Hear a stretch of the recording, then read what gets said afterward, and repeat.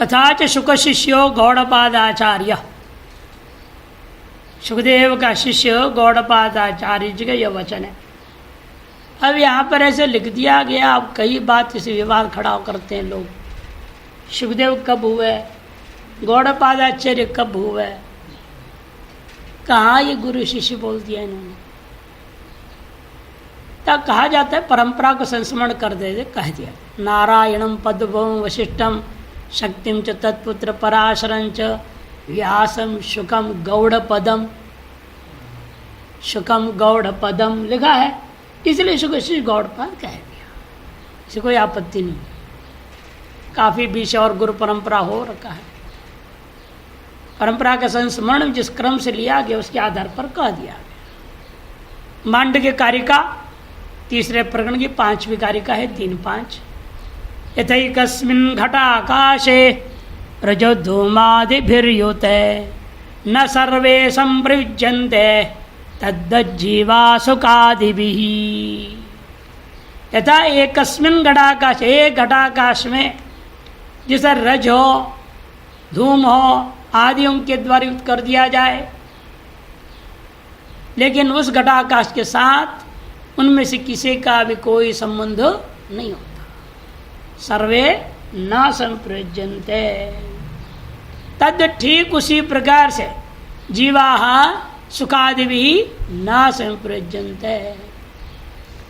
जैसे अनेक घट अनेक घटाकाश है, प्रत्येक घटाकाश के साथ कहीं आपने मिट्टी डाल दिया, रज मनी मिट्टी, कहीं आपने डाल दी धुआं भर दिया, कहीं कुछ गुड़ है, कहीं दारू रख दिया, कहीं कुछ रख दिया, लेकिन तत्त घटाकाश के साथ तत्त वस्तु का संबंध लगता है, इन वास्तव में नहीं होता। उसी प्रकार यहाँ पर भी एक ही ब्रह्म अनेक जीवात्मा तत्त शरीरों में घटावचिन्ह आकाश के समान विभिन्न शरीरावच्छिन्न चैतन्य रूपेण आत्मा अनुभव में आता है। लेकिन तत्त शरीर भी उपाधियों में, मन अंतःकरण आदि उपाधियों में जो भी सुखादि हो रहा है उससे वास्तव में उस जीवात्मा का कोई संबंध नहीं है, कि जीवात्मा एक कल्पित भेद मात्र ही है ना। कल्पित भेद के साथ वस्तु का वास्तविक संबंध नहीं हो सकता, क्योंकि वे वस्तु वास्तव में कल्पित ही है। सुखादि भी उनका संबंध मान भी ले जाए, कोई कल्पित संबंध ही हो सकता है, वास्तविक संबंध नहीं हो सकता। और जो जीव ब्रह्म ही है उसके संबंध ही संभव नहीं है। और जो सुखादियों के साथ जीव के संबंध नहीं का तात्पर्य ब्रह्म के साथ संबंध ना होने से ब्रह्म अभिन्न जीव के साथ उसका संबंध नहीं है। तस्माद् अद्वितीय परमात्मनि उपादितो जीवेश्वरियो और जीवानांच भेद व्यवस्थाया सिद्धत्वात्। इसे अद्वितीय परमात्मा में उपाधि के वजह से जीवेश्वर का भेद और जीवों का परस्पर भेद की व्यवस्था सिद्ध हो जाती है। न विशुद्ध सत्वोपादे है ईश्वर से अविशुद्धोपाधि जीवगता सुख दुख मोह अज्ञान आदय विद्यन्ते। संबंध अध्यार कर लिए क्रियापद को, से विशुद्ध सत्वोपाधि वाले ईश्वर के अंदर में भी अविशुद्ध उपाधि वाले जीवगत सुख दुख आदि का कोई संबंध हो ही नहीं सकता। तथा च भगवान पराशर, इसे भगवान पराशर ने विष्णु पुराण में 532 में कहा, ज्ञानात्मकस्यामल सत्वराशेर अपेत दोषस्य सदा स्फुटस्य किं वा जगत्यस्ति समस्त पुंसाम अज्ञातमस्यास् हृदय स्थितस्य। हृदय स्थितस्य पाठ है, कहीं इति स्थितस्य हमारे पुस्तक पाठ में दिखा रहे हैं। ज्ञानात्मकस्य अमल सत्वराशि, ज्ञानात्मक है विशुद्ध सत्वराशि रूपा जो ईश्वर है, अपेत दोषस्य सर्व दोष रहित है, सदा स्फुटस सदा स्पष्ट प्रकाश स्वरूप है। किं वा जगत्यस्ति समस्त पुंसाम अज्ञातम अस्य अस्ति हृदय स्थितस्य। उस हृदय में स्थित ईश्वर के प्रति अस्सी हृदय स्थितस्य, उस विशेषण उसी का ज्ञानात्मकस्य अमल सत्वराशे है अपित दोषस्य सदा स्फुटस्य हृदय स्थितस्य अस्य किम अज्ञातम। उसे क्या अज्ञात है, मैंने सर्वम ज्ञातम, जगति समस्त पुंसाम अज्ञातम किम अस्ति किमपि नास्ति।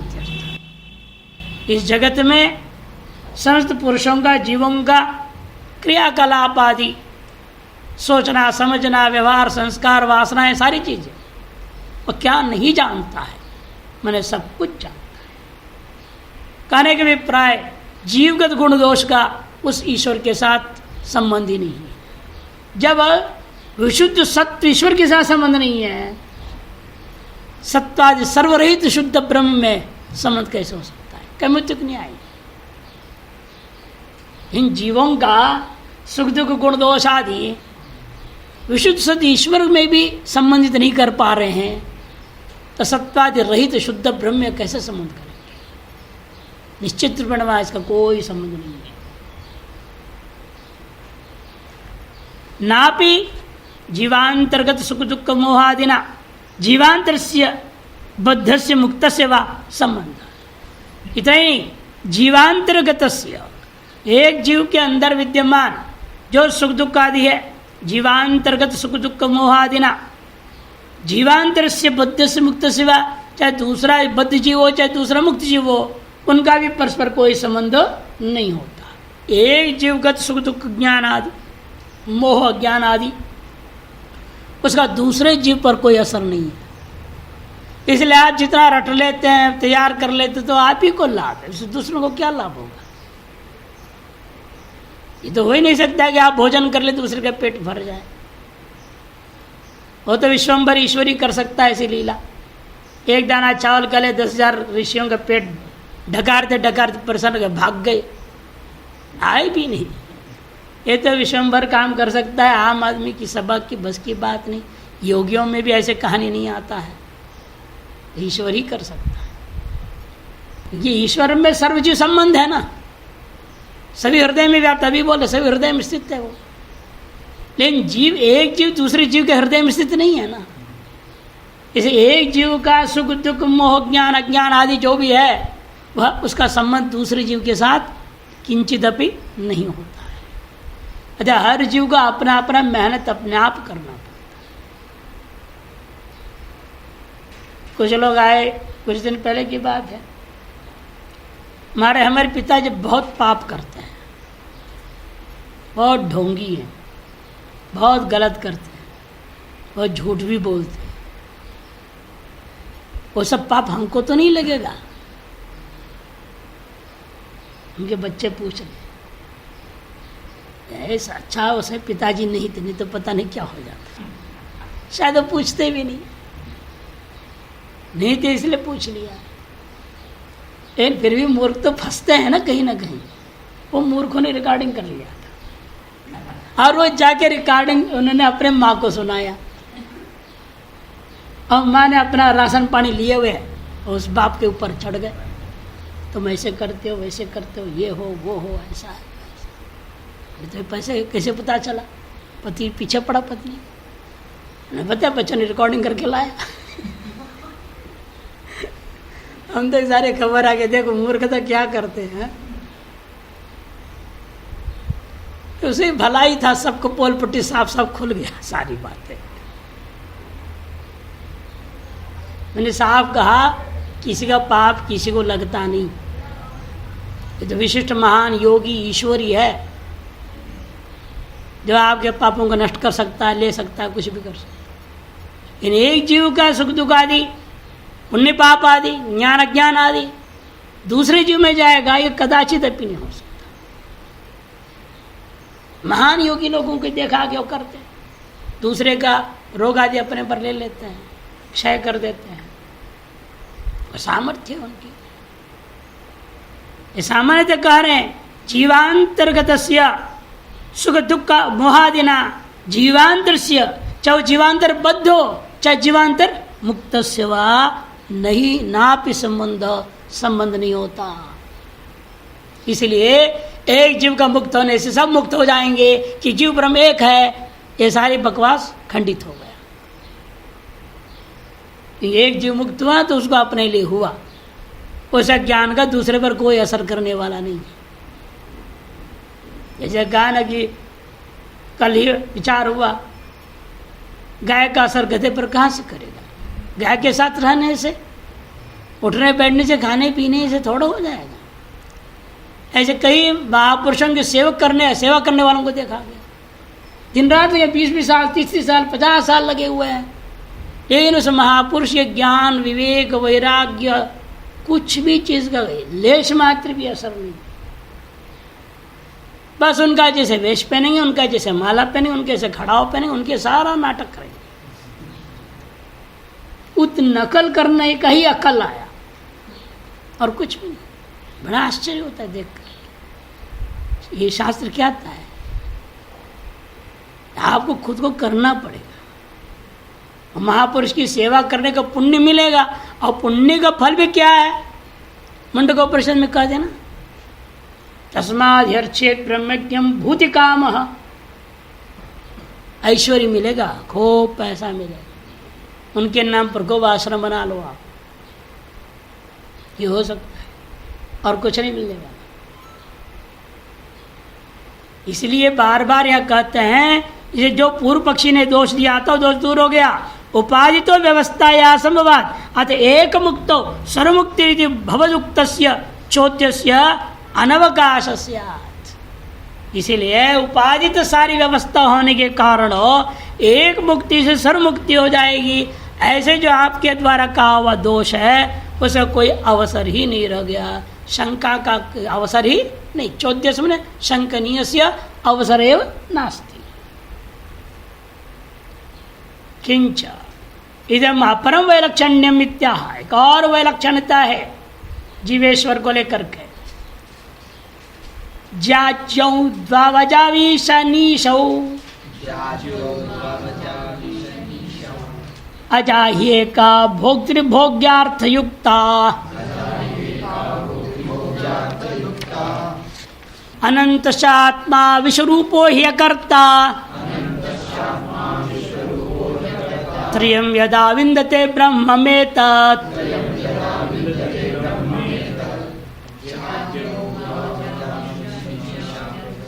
अजाह्येका भोक्तृभोग्यार्थयुक्ता अनन्तश्चास्य विश्वरूपा ह्यकर्ता त्रयं यदा विन्दते ब्रह्ममेतत्। ज्याज्यौ द्वौ अजौ ईशनीशौ, ईशानीशौ होना चाहिए दीर्घ, लेकिन दीर्घ नहीं हुआ छांदस बोलेंगे भाष्यकार, दीर्घ अभाव रस हो जाना छांदस है। ईशादंत है, अनिशा आजादी है, अकस्म दीर्घ हो जाएगा, ईशानीशौ ये होना चाहिए। लेकिन छंद को बनाए रखने के लिए वेद ने उसको श्रुति माता ने ह्रस्व करके पाठ कर दिया। ज्याज्यों ज्याज्यों द्वौ अजौ ईशानीशौ। देखो भाई, दो है संसार, द्वासपूर्णा से जैसा कहे कि वाक्य एक तरह से हो रहा है, थोड़ा अंतर है। ज्या अज्यों, एक ज्या है दूसरा अज्य है, ये दो हैं कुल। दोनों ही कैसे हैं? अजौ, दोनों ही अजन्मा है। एक ईश समर्थ है, दूसरा अनीश असमर्थ है। मन एक चेतन है, दूसरा जड़ है।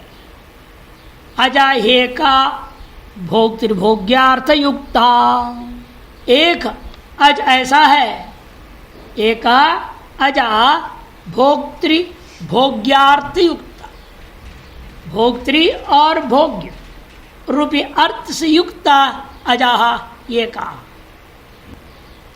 और दूसरा कैसा है? अनंतश्च आत्मा विश्वरूपो ही कर्ता, और आत्मा अनंत है, विश्वरूप अनंत रूप धारण के नाना रूप धारण कर लिया है, फिर भी वह अकर्ता। इसी को पकड़ते हैं, पुरुष में भोक्तृत्व कर्तृत्व नहीं है, अतः प्रकृति में कर्तृत्व है, भोक्तृत्व नहीं है। त्रयं यदा विन्दते ब्रह्म, त्रयं यदा विन्दते, जब इन तीनों को प्राप्त करते हैं, भोक्तृ भोग्य और भोग, भोक्तृ भोग्य रूप त्रय को जब प्राप्त कर लेता है, कैसे प्राप्त करता है? ये सब मायात्मक है। अतएव अधिष्ठान भूत ब्रह्म यदा विन्दते, जब प्राप्त कर लेता है। मेतत्, मेतत् क्या है? वास्तव में या टिप्पणी में हमारे यहाँ पाठ में दिखाया, ब्रह्म मेत्विति, मेतु है वहाँ इति, और उसका अर्थ करते हैं इसीलिए यथा अन्यत्र मैतु पाठ है, अन्यत्र वेद में मैतु पाठ है, म एतु। उसका अर्थ यहाँ क्या किया है? म मैंने वहां अर्थ किया मधु, मैंने अमृतम, एतु आगच्छतु, मेरे पास अमृत आवे, मुझे अमृत प्राप्त होवे, ये अर्थ वहां किया है। म का अर्थ मधु किया, म मैंने मधु, मधु के म लिखा है, धू लोप कर दे छांदस, मध्वेतु, मध्वेतु होना चाहिए, मेतु तो मैतु प्रयोग हो गया। वह म का अर्थ मधु मैंने अमृतत्व, तदेतु वह मुझे प्राप्त हो गए। तदत यहाँ पर भी कहेंगे एतु ना भी हो पाठ, इसलिए टिप्पण में कार एतु दिखाया, मूल में एतति है। जब त्रय के माध्यम से माया में तु जानने से आप ब्रह्म को प्राप्त करोगे, वह ब्रह्म कैसा है? म एतत्, म मने मधु, अमृतम एतत्, यही अमृत, यही मोक्ष है। एतत् ब्रह्म एव अमृतम मने मोक्ष, ये अर्थ करने के लिए मैं तत् मैंने म एतत् वृद्धि क्यों नहीं किया? मैं तत् होना चाहिए था। तब आप कहेंगे अतो गुणे पर रूपी हो जाएगा। अतः मैं तो भी हो सकता है, मैं तो भी हो सकता है। बौड़म छंदसी उन्होंने अतो गुणे कर दिया, वृद्धि रुचि नहीं लगाया। ऐसे भी लोग व्यवस्था देते हैं। किंच इदम अभिपरमलक्षण मिथ्या ज्याज्यो द्वाविति, न केवल व्यक्ता व्यक्तम भरदेशो नाप्यनीश संपत्ति जीवा इत्यादि। आपने पूर्व में देखा, एक श्लोक में कहा था कि व्यक्ता व्यक्त है, क्षराक्षर है, वह ईश भरते, इसका सबको भरण पोषण कर रहा है।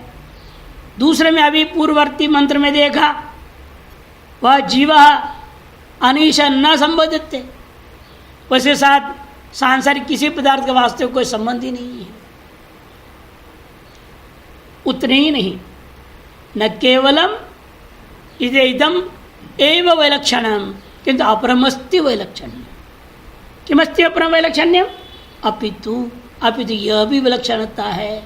क्या है? ज्या ज्यों द्वौ, ज्य और अज्य नाम के दो हैं। ज्या ईश्वरो और अज्य कौन? जीव। ज्य कौन है?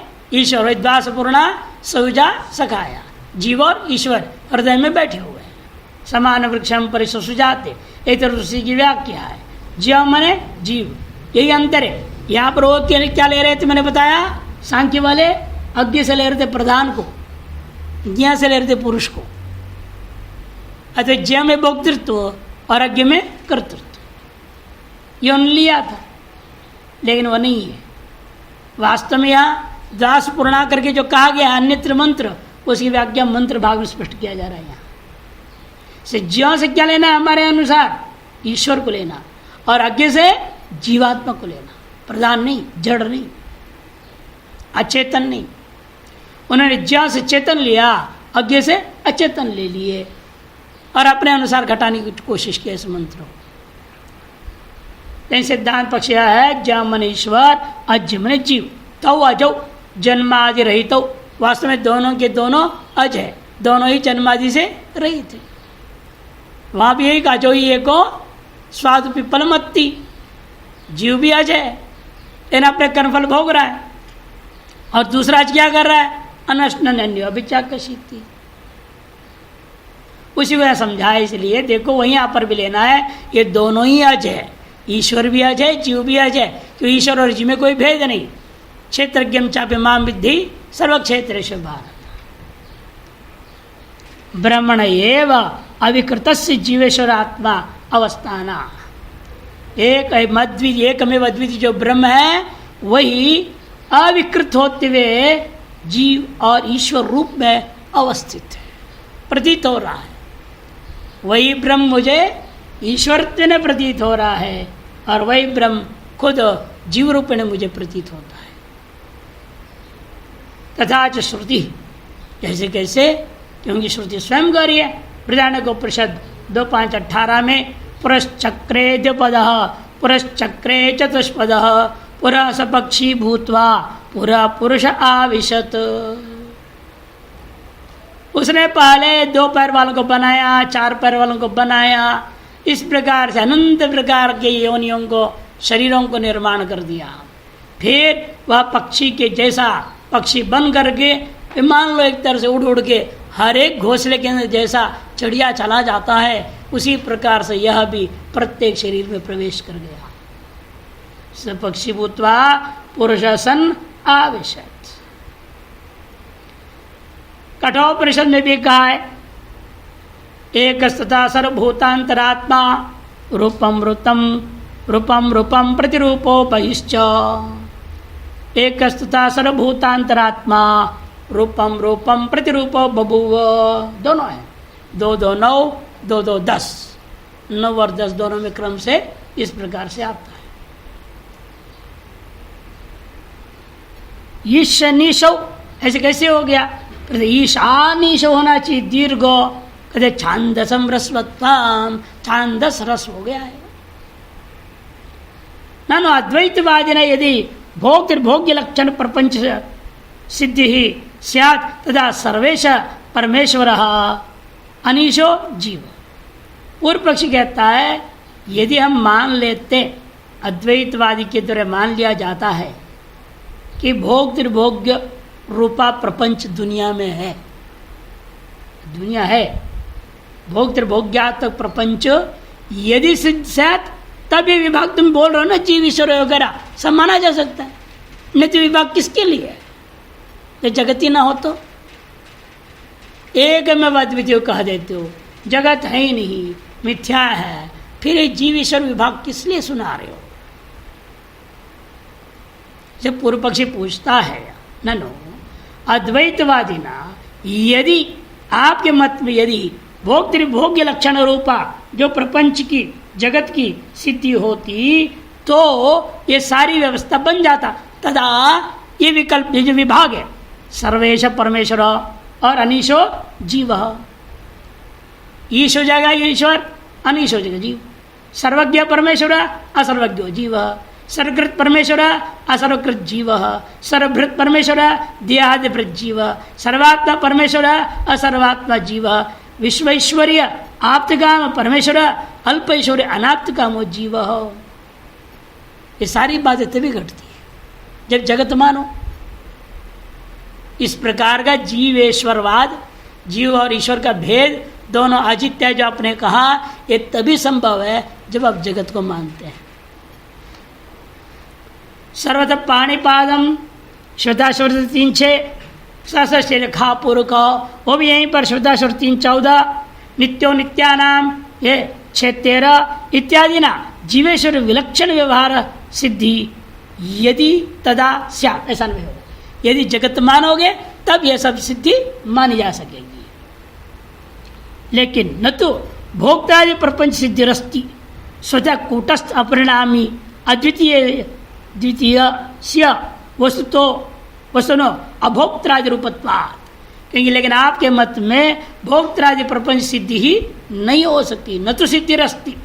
क्यों? स्वतः आपके मत ब्रह्म कैसा है? कूटस्थ है, अपरिणामी है, अद्वितीय है, वस्तुतः भोक्त्रादि रूपवत्व है ही नहीं।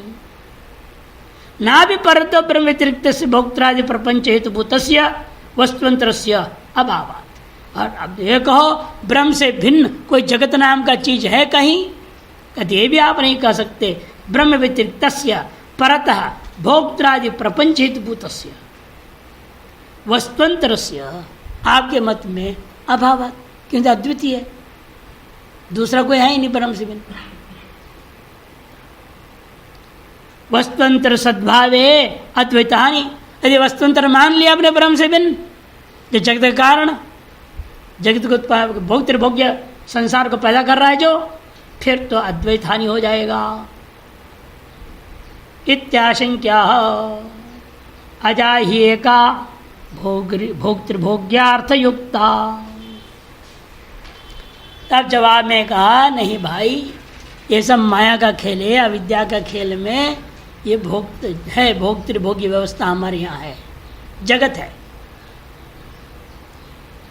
लेकिन जगत हम पारमार्थिक नहीं मानेंगे। जगत नहीं है नहीं बोलूंगा, जगत असिद्ध है नहीं कहूंगा, व्यावहारिक सिद्धि है उसका।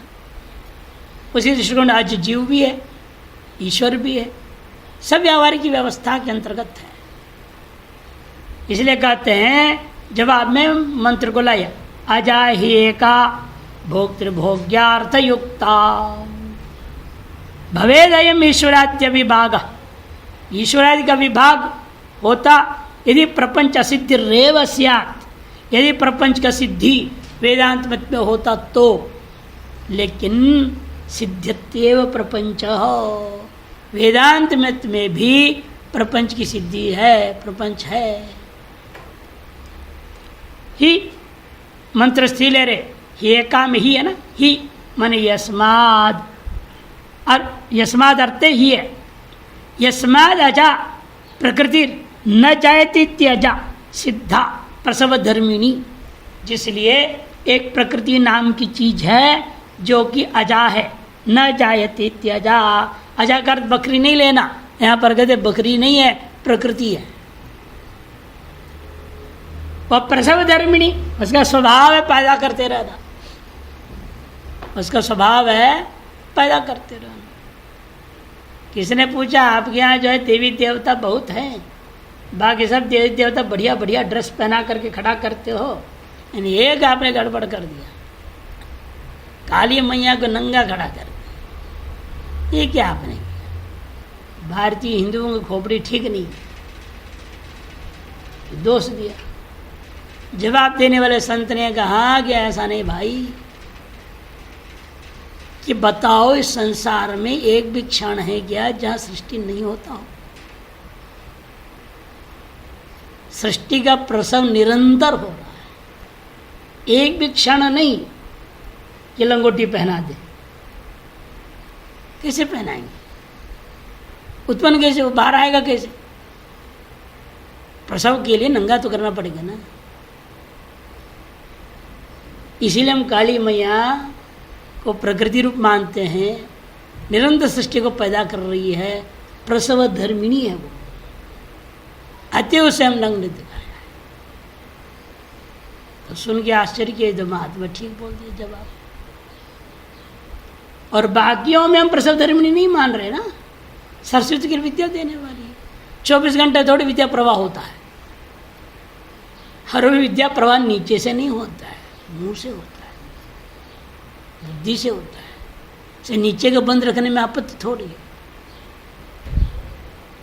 लक्ष्मी है, धन प्रवाह करने वाली है, हाथों से दिखाई दिया, हाथ से प्रवाह और नीचे से थोड़ा होता है, इसीलिए वहां भी नीचे ढक दिया गया। इस प्रकार सभी में हेतु मिल जाता है, जिसके सबको पूर्ण वस्त्र पहनाया गया है, और एकमात्र काड़ी को प्रसव धर्मिणी मानने से निर्वस्त्र खड़ा किया। प्रसव धर्मिणी पर याद आया, अजाम एकाम, श्वेता सूत्र में आएगा कि 4-5, अजाम एकाम लोहित शुक्ल कृष्णाम मायाम तो प्रकृति विद्यात माइनंतु महेश्वरम। ये 4:10 में श्वेता सूत्र में ही, इंद्रो माया भी पुरुरूपयते 2-5-10 बृहदारण्यक, माया परा प्रकृति ही कहीं का है ये, सबवाम्यात्म मायया गीता 4-6 इत्यादि स्मृति स्मृति सिद्धा विश्वजननी देवात्म शक्ति रूपा एका। ये श्रुति स्मृतियों में सिद्ध है, विश्व को उत्पन्न करने वाली देवात्म शक्ति रूपा है, वो एक है। स्विकार भूत भोक्तृभोग भोग्यार्थ प्रयुक्ता, स्विकार भूता भोक्ता भोग और भोग्य, इस त्रिपुटी से प्रयुक्त सदा रहती है। ईश्वर निकटवर्तिनी किं कुर्वाणा अवतिष्ठते।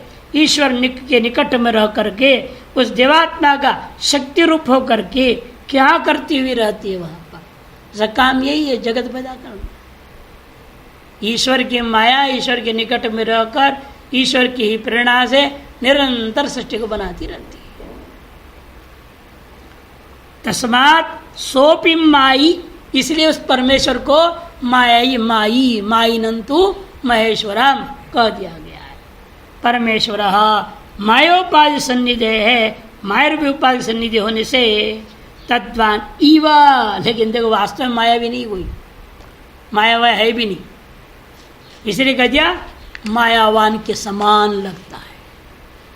तद्वान इव कार्यभूतेर देहादि भी तद्देव विभक्तिर्वा विभक्त, कार्यभूता देहादिकों के माध्यम से विभक्त के समान विभक्त होकर के अविद्या वाला माया वाला जीवेश्वरादि विभाग दिखाई देता है। ईश्वरादि रूपेण अवतिष्ठत है। अशुद्ध ब्रह्म ये उस माया रूपी उपाधि की सन्निधि में होकर के माया भी हो न होते भी माया की सन्निधि में रह करके जीव ईश्वरादि रूपेण अवस्थित होता है। तस्मात् एकस्मिन् एकांशे परमात्मनि अपिगुमन माने अपि, इसे एकमेव अद्वितीय उस परमात्मा के एक अंश में ही हम इस बात को स्वीकार करते हैं।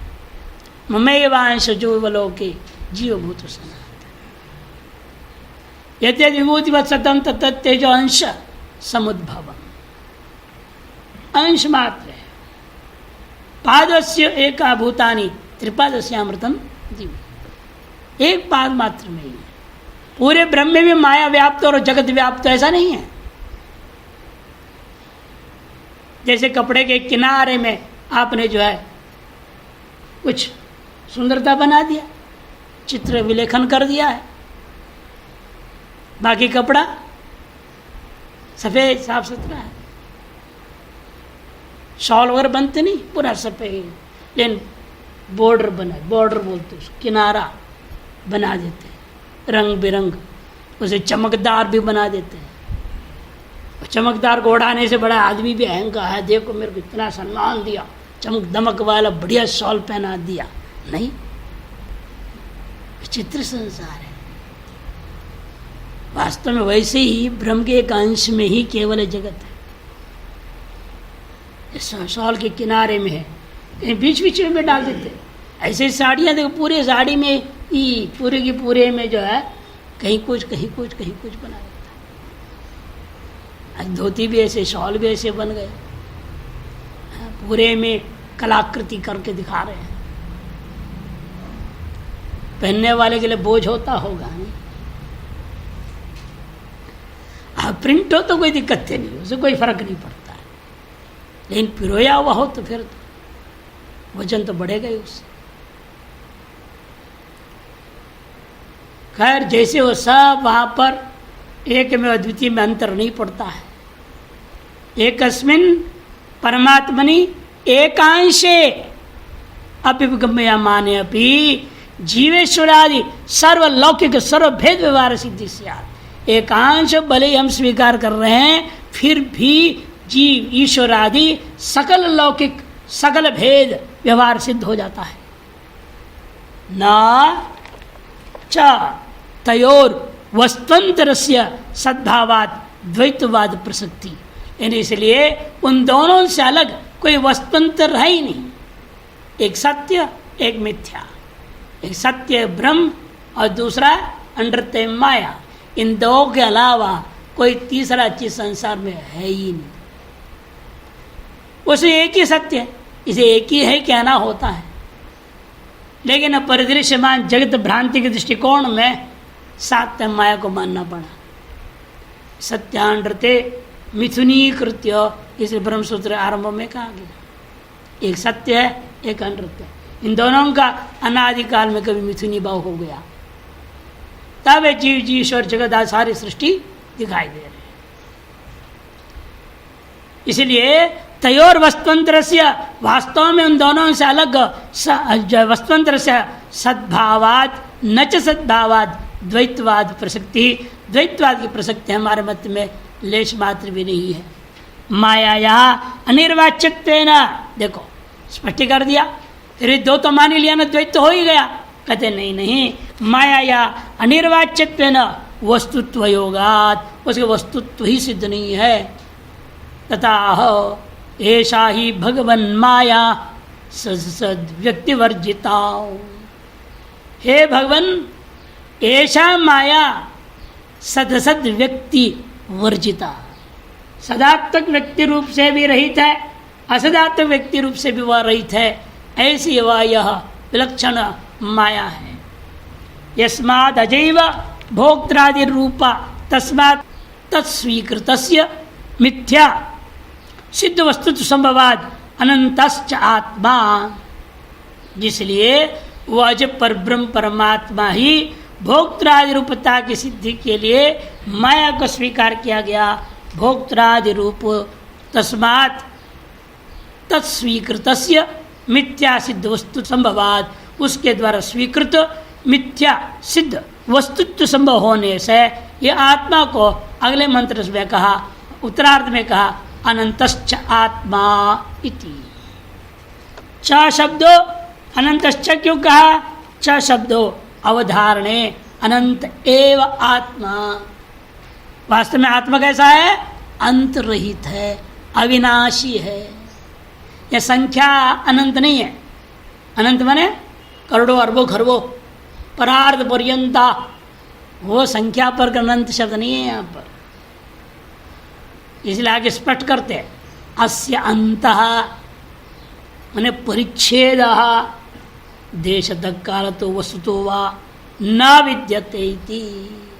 इस ब्रह्म का, इस आत्मा का अंत माने परिच्छेद, देशत परिच्छेद हो, कालत परिच्छेद हो, वस्तुत परिच्छेद हो, कदाचिदपि नहीं है। जो वस्तु देशत परिच्छिन्न होता है वह विनाशी होता है, जो वस्तु कालत परिच्छिन्न होता है वह विनाशी होता है, जो वस्तु वस्तुत परिच्छिन्न होता है वह भी विनाशी हो जाता है। जो कुछ भी संसार में है सब तीनों ही से परिच्छिन्न है, देशत परिच्छिन्न है। जहाँ आपका शरीर है क्या है, ये देश में तो वहाँ नहीं है ना, व्यापक थोड़े, इसका नाम देशत परिच्छिन्न है। और काल तो परिच्छिन्न ही आप गिन ही रहे हैं, कितना आया, आयु कितना हुआ पूछते हैं आने वाले गणना करने वाले लोग, लेकिन आए बताओ, आप बोलते हो ना 60वां 62वां 50वां 40वां जो भी हुआ, कालावच्छिन्न आपने मान लिया कि नहीं? काल तो परिच्छिन्न भी यह है, अतः विनाशी है। वस्तु तो परिच्छिन्न तो है ही। इधर उधर कहीं भर्ती करने जाओ तो बोले हाइट देखो कितना है, वजन देखो कितना है, वस्तु तो परिच्छिन्न है ना। ये आपकी ऊंचाई नापी जा रही है, व्यापक का नाप हो सकता है कि माने व्यापक है नहीं आप, जब वस्तु तो परिच्छिन्न है, आप काल तो परिच्छिन्न है, देश तो परिच्छिन्न है, अति विनाशी है। इसलिए कहते हैं अंतः परिच्छेद देश तक काल तो वस्तु तो हुआ न विद्यतीति अनंत। ऐसा जहां नहीं है उसका नाम अनंत है, आत्मा है, ब्रह्म है। विश्वरूप विश्वम अस्यैव रूपम इति विश्वरूप, ये संपूर्ण विश्व इसी का रूप है। ये अधिष्ठान से अलग चित्र है ही नहीं, अधिष्ठान ही तद रूपेण भाषित हो रहा है, अधिष्ठान ही तद्दत रूपेण अनंत रूपेण भाषित होता है। ब्रह्म का ये सब चमत्कार है। शैव दर्शन में शिव का चमत्कार है ये क्या क्या बन गए, पेड़ पौधा सिंह चूहा मच्छर, क्या नहीं बना, गजब ही गजब। ये सृष्टि को देखते जाओ, अंत ही नहीं, आश्चर्य प्रति आश्चर्य दिखाई देते रहता है। ये तो मूर्खों ने 7 वंडर्स बोल दिया उनके अपने हिसाब से, नहीं तो वंडरफुल वर्ल्ड है, फुल ऑफ वंडर्स। अरे हर इंसान अपने आप में एक वंडर है, नहीं है? अंग्रेजी के हिसाब से बोल रहा हूं, नहीं तो वंडर हिंदी गलत शब्द है भाई। आश्चर्यात्मक है, एक एक चीज देखते जाओ, देखो ना ये जो मोबाइल है कितना कमाल है, ये भी है कितना बड़ा आश्चर्य, क्या क्या नहीं दिखा देता है इसमें, क्या क्या नहीं होता है इसमें। हिसाब किताब रखो, हिसाब रुपया यहाँ से वहां चला जाता है, कहाँ से कहाँ बताओ, भेज दिया धड़ाक से, कितनी देर लगता है, कमाल नहीं है इसमें। पहले तो दूर से आवाज सुनने थे तो क्यों थोड़ा, अब तो लाइव देख लो, लाइव बोलते जीवंत, तत्काल चलता हो चलन चित्र देख लो, हर चीज चाहे आपका बनाया चाहे ईश्वर का बनाया, हर चीज चमत्कार ही चमत्कार है। देखने की दृष्टि चाहिए, दोष देखने लोगे तो दोष ही दोष है, कहीं भी अच्छा ही नहीं है, क्या बिल्कुल खराब चीज है। दोष देखना चाहो तो बिल्कुल खराब है। हर आदमी का पूरा समय बर्बाद कर रखा है मोबाइल, लगे रहते दिन भर फालतू, लड़का देखो लड़की देखो, पढ़ाई वढ़ाई कुछ नहीं, वही इसी में लगे हुए, खराबी तो है। त्रिगुणात्मक होने के नाते सर्वम चमत्कार भी है और सर्वम में दोष भी है। इसलिए कहते देखो कि विश्वम अस्यैव रूपमिति परस्य अविश्वरूपत्वात्, कि वास्तव में वह परमात्मा खुद अपने आप में अविश्वरूप है। नहीं तो रूपेण भाषित होने से उसको विश्वरूप भी कहा जाता है। वाचारमण विकार नामधेयमिति रूपस्य रूपी व्यतिरेकेण अभावात्, क्योंकि रूप को रूपी से अलग अस्तित्व ही निषेध कर दिया गया है। तो विश्वरूपत्वात् अपि अनंत्यम सिद्धम इत्यर्थः, जिसलिए विश्वरूप है इसलिए वह अनंत है, यह परस्पर हेतु है, तो भाव से भी इसको घटाया जा सकता है। यहाँ भी यही शब्द आया है यस्मादर्थ, यह कर्ता में ही जो है, यहाँ भी यस्माद एतादृक तस्माद अकर्ता, यस्माद विश्वरूप वैश्वरूप्यम, विश्वरूप होने के नाते उसकी विश्वरूपता है, इसलिए ही लक्षणम परम आत्मनः इत्यम आदिवीर आत्मनो विश्वरूपत्व इत्यर्थ। परमात्मनः विश्वरूपम लक्षणम, वैश्वरूपता ही उस परमात्मा का लक्षण है, जिसलिए इत्यम आत्मनो विश्वरूपत्व मुक्तम इत्यर्थः। यथा एव अनंतो, जिसलिए वह अनंत है, यतएव अनंतो विश्वरूपश्च आत्मा अतएव अकर्ता, दोनों हित प्रयोग ले दिया। जिसलिए विश्वरूप है आत्मा और जिसलिए अनंत है वो आत्मा, इसलिए वह आत्मा अकर्ता है। अकर्ता इति कर्तृत्वादि संसार धर्म रहित इत्यर्थ, कर्तृत्वादि सकल संसार धर्मों से रहित है वो। कदा एवं अनंत विश्वरूप अकर्तृत्वादि सकल संसार धर्म वर्जितो मुक्ता, लेकिन कब यह स्थिति आती है, कदा एवं स्यात्, कब हम अनंत होंगे, कब हम विश्वरूप हो जाएंगे, कर्तृत्व सकल संसार धर्म से रहित कब हम होंगे, मुक्त कब होंगे, पूर्ण आनंद अद्वितीय ब्रह्म रूपेण एव अवतिष्ठते, कब यह पूर्ण आनंद रूपेण अद्वितीय ब्रह्म रूपेण अवस्थित होवेगा इत्यत्र आह, तब बताए जब आप इस त्रय को, त्रिपुटी को मिथ्या जानो। जब तक इसमें से किसी भी एक हिस्से को सत्य मान के बैठे हो तब तक होगा नहीं। त्रयम यदा विंदते ब्रह्म में, त्रयम, त्रयम कौन, भोक्तृ भोग्य और भोग्य रूपा, भोक्तृ भोग और भोग्य रूपस्य मायात्मकत्वात्, इसको कैसे देखना आपने, ये मायात्मक है, मिथ्या है, अधिष्ठान भूत ब्रह्म व्यतिरेकिण नास्ति, इसलिए अधिष्ठान भूता ब्रह्म से अलग इनका कोई अस्तित्व ही नहीं है ही नहीं, ये सब हो। इतबार से नेति नेति नेति करके सब रूप जो दर्शन हो रहा है उनको निषेध करना पड़ेगा। जब अवशेष है, इन सकल निषेध का अवधिभूत आत्मा है, वही ब्रह्म है, उसका अनुभूति होती है। किंतु ब्रह्मैवैति यदा विंदते, किंतु सब वास्तव में ब्रह्म ही इस अनंत अनंत रूपेण दिखाई दे रहा है। विश्वरूपेण दिखाई दे रहा है, ऐसे जब अनुभव करोगे, प्राप्त करोगे, तदा निवृत्त निखिल विकल्प पूर्ण आनंद द्वितीय ब्रह्म कर्तृत्व सकल संसार धर्म वर्जितो वीत शोक कृतकृत्य अवतिष्ठति इत्यर्थः। तब आप जो है निवृत्त निखिल विकल्पों से, सकल विकल्पों से रहित हो जाओगे, पूर्ण आनंद अद्वितीय ब्रह्म स्वरूप में प्रतिष्ठित हो जाओगे। जब तब कर्तृत्वादि सकल संसार धर्मों से रहित हो, शोक आदि से भी रहित हो, कृतकृत्य हो करके, प्राप्य हो करके आप अवस्थित हो जाओगे। अथवा दूसरा अर्थ कर रहे हैं, ज्याज्यों अजात्मक जीवेश्वर प्रकृति रूप त्रयम। अजात्मक जीव ईश्वर प्रतिरूप त्रयम, त्रयम का क्या लिया? 3 ले लो, ज्ञ अज्ञ और प्रकृति। त्रयम विन्दते, त्रयम विन्दते का अर्थ क्या लेना? आप तीनों की असलियत को जान लिया। ज्ञ क्या है, अज्ञ क्या है, प्रकृति माया क्या है। इन तीनों को ठीक ठीक समझ लेना ही आपको ब्रह्म भाव की प्राप्ति का कारण बनेगा। त्रय मने ज्ञ ज्ञ अज्ञ अजात्मक। कौन है वो? ज्ञ मने जीव, ज मने ईश्वर, अज्ञ मने जीव और अज मने प्रकृति। जीवेश्वर प्रकृति रूप त्रयम, ये तीनों के तीनों क्या है? ब्रह्म एव इति यदा विन्दते लभते, जब ऐसा लाभ अनुभूति हो जाएगी, तदा मुच्यते, उसी क्षण वो मुक्त हो जाता है।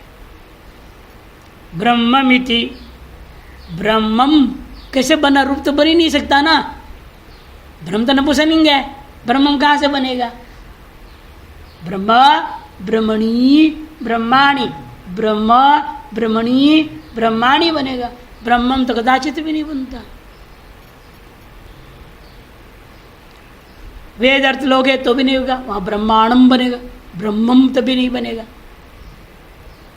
ब्रह्मन शब्द है ना, ब्रह्मांडम बनता है। ब्रह्मा ब्रह्माणो ब्रह्माण, ब्रह्मांडम ब्रह्माणो ब्रह्मण, ब्रह्मण।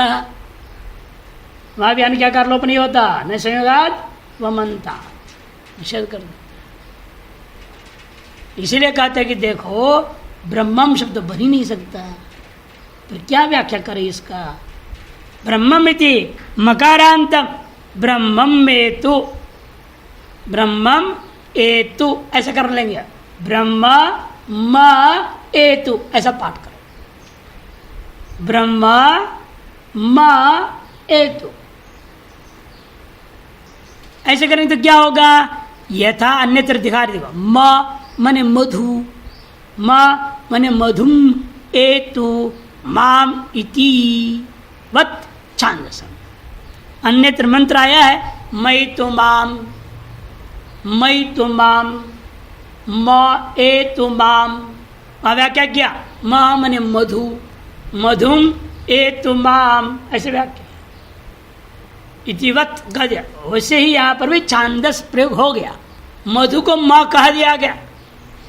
नाम में होता है ना, जैसे लंबा नाम होता है आदमी को जो है आधे वाधा बोल देते, छोटा थोड़ा सा बोल दे, उसे पकड़ लो, वैसे यहाँ पर हो गया।